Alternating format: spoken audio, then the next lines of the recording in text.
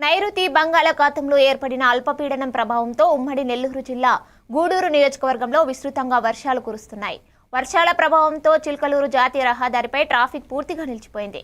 Varagali cross road వద్ద flyover bridge నిర్మాణం కొనసాగుతున్న ప్రాంతంలో వరద నీరు నిలిచిపోవడంతో జాతీయ రహదారికి ఇరువైపులా కిలోమీటర్ల మేర వాహనాలు నిలిచిపోయాయి.